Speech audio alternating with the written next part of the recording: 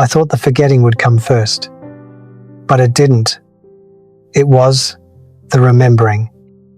All at once, like the lid came off a jar that had been sealed too tight for too long. I was sitting on the side of the bed, watching dust float through a slice of morning light when I said something out loud. Not a sentence, just a word. I don't remember which one. No one heard it but me. And that was enough to know something had shifted. My name is Arnold McKee. I was born in 1928. I'm 98 years old. I worked in transportation logistics for 38 years. Rail, mostly. Milwaukee Hub at first, then Joliet. I was never fired, never late. I made it home for dinner 6 days a week and called ahead if I didn't. I kept my desk clean, my handwriting legible. People used to say I was reliable. They said it like it was praise. I've lived in the same house since 1971.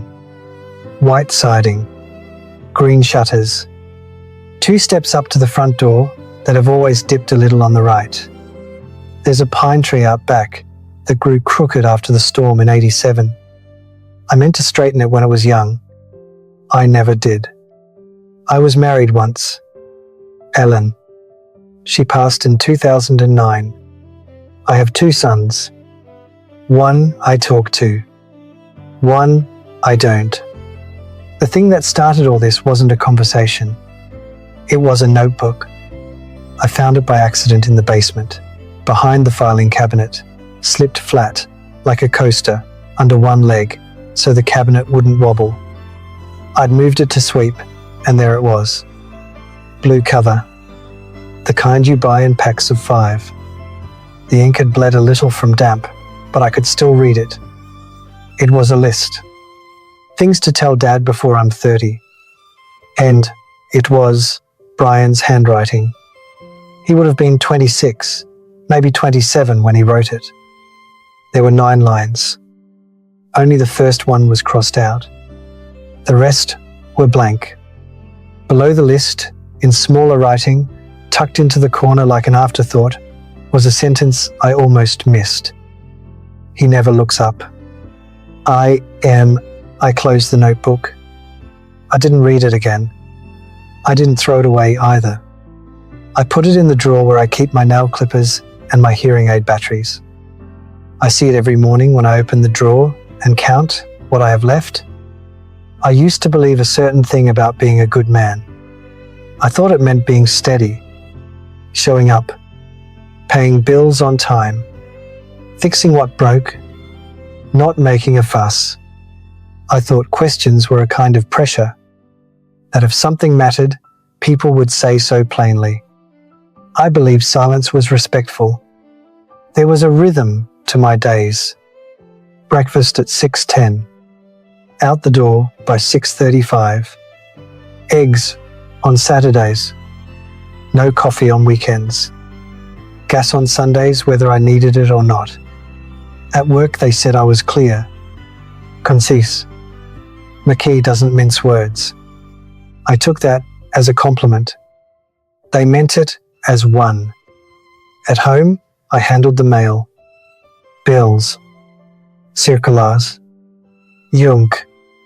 I sorted, tossed, filed, paid. I didn't ask about the rest. When the boys were small, I checked shoes and locks. I made sure they were clean and on time. I didn't ask what they dreamed about. I kept receipts in manila folders. I taped the thermostat so it wouldn't drift. I adjusted the garage sensor after the neighbor kid hit it with his bike. I liked when the boys went to their rooms after dinner. Not because I didn't love them, because I'd done my part. I believed that was enough. When Ellen said, "Brian wants to show you something," I'd nod, keep reading, say, "I'll be there in a second." Half the time, I didn't get up. I heard Dad look more times than I looked. I told myself I was giving them space. I told myself I didn't want to interfere. I told myself listening quietly counted the same as asking. I told myself waiting was patience, and patience was kindness. It felt sensible. It felt adult. It felt right. And because nothing exploded, because no one yelled or slammed doors, I mistook the absence of noise for proof that everything was fine. That belief had a shape.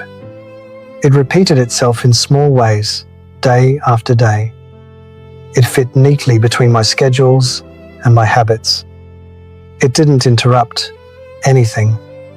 It didn't demand time. It asked very little of me.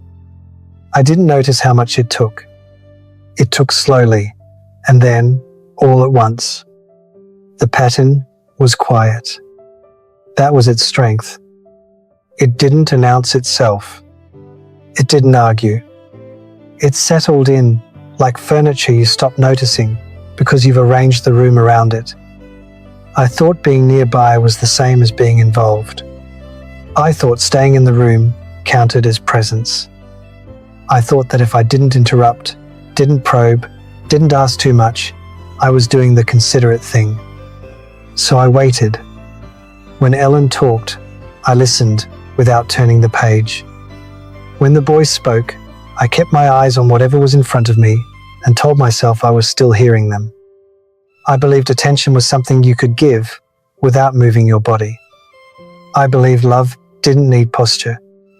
There were moments when I felt a tug, a sense that I should ask one more question, that I should look up, that I should step toward instead of standing still.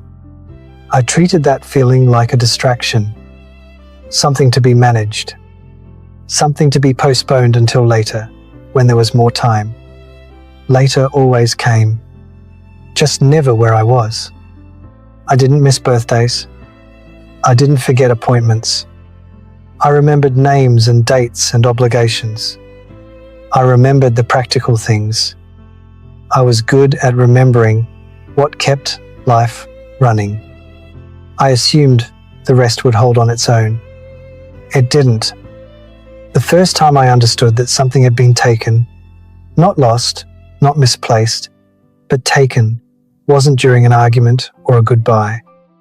It was alone, in the basement, with the furnace humming and the smell of old cardboard in the air. The notebook again. I told myself I wouldn't open it. But one morning my hand went to the drawer before I could stop it. The hearing aid batteries were low. The clippers were dull. The notebook was still there, pressed flat against the wood. I opened it. The page crackled. The ink had feathered where moisture had touched it. Brian's handwriting slanted the way it always did when he was trying to fit too much into a small space. The list titles sat at the top, unchanged.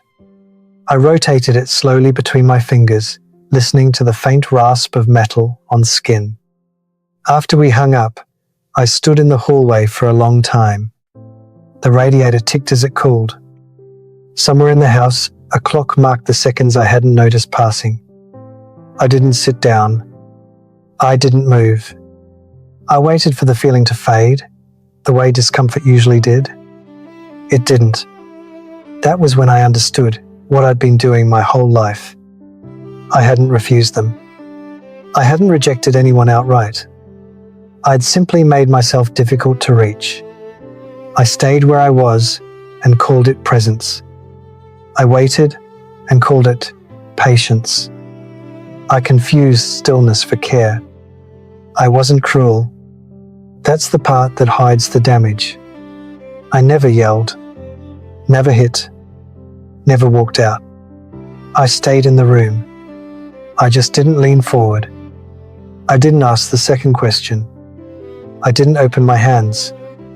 And eventually, they stopped placing things there. I kept waiting for the moment where everything would finally break, the one where a door slams, a voice rises, something unmistakable happens. But it rarely does. Most of the damage happens in the quiet. It happened in my living room when Ellen said, "Brian wants to show you something," and I didn't even turn the page. It happened at the kitchen table when I heard Dad look and answered, "In a second," like a promise I could pay later. It happened in the hallway with that bent mailbox key in my palm when my older boy said Brian had tried to call, and I felt nothing at first. Just the same old stillness I used to call control. I didn't understand that later is where things go to disappear. I didn't understand that you can lose a person without a fight just by staying the same long enough until they stop placing anything in your hands. There's a photo on my fridge now. Brian holding his daughter. She's looking away. I don't know who took it. I straightened it last night. Then I opened the fridge and took out an apple. I left the door open too long. It started humming, that low, tired hum.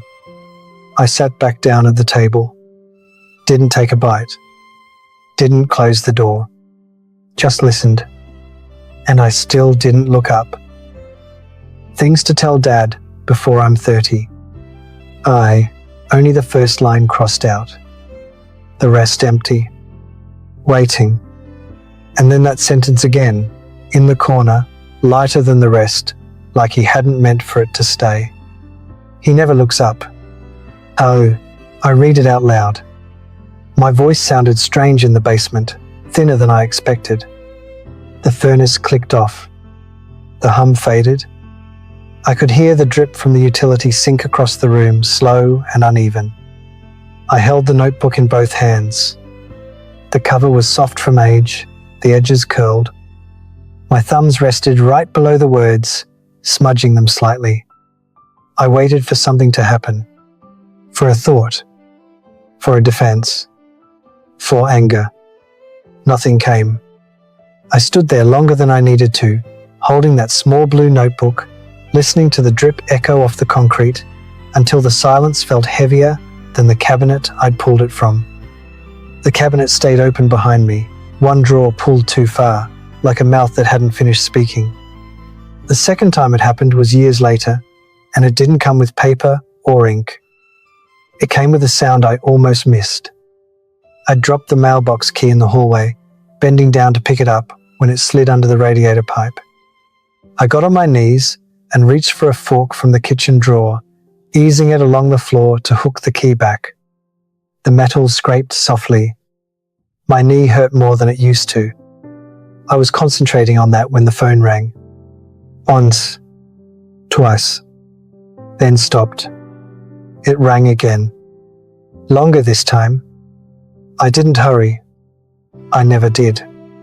By the time I stood up, the ringing had already ended. I held the key in my hand, bent now from the prying, its teeth slightly warped. It had never turned quite right after that. When I answered, it was my older son. He said my name, then paused. "I just talked to Brian," he said. There was a clicking sound on his end. Maybe a ceiling fan. Maybe a dog's nails on hardwood. He breathed in, then out. "I think he tried to call you." And I said nothing. Then he added, carefully, like he was choosing the least damaging words from a shelf already picked clean. "He's not mad. He just figured there wasn't much to say." And dear, I looked at the key in my hand. The bend caught the light wrong.